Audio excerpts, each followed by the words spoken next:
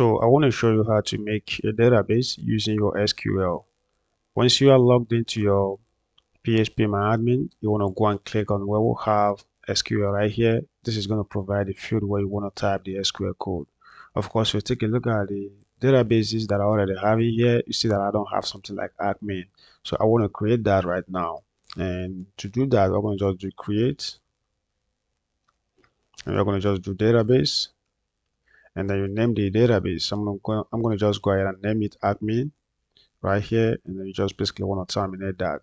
If you go ahead and hit on go right here, you're going to see that this database called the admin is going to get created and it's going to be listed right here. So let's hit on go, and you see that that was created. If you take a look at here, you're going to see that admin has been added as one of the databases that I have in here. If you open that up, you see that we have that, but we don't have any tables inside of it just yet.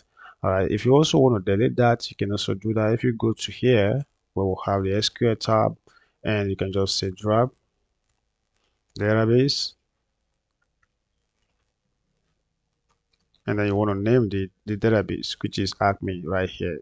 Terminate that, and then you're going to go ahead and then hit on go.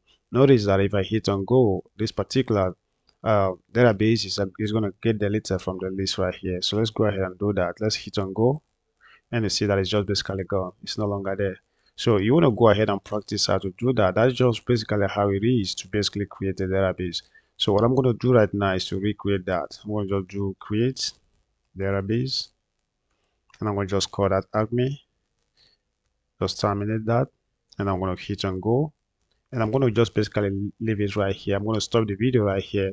Now, if you're interested in learning how to create a table inside of a database like this, you can go to the comment section below and just say table. And I'm going to just record a video on how to basically create a table inside of a database. So I'll see you guys in the next one. Bye bye for now.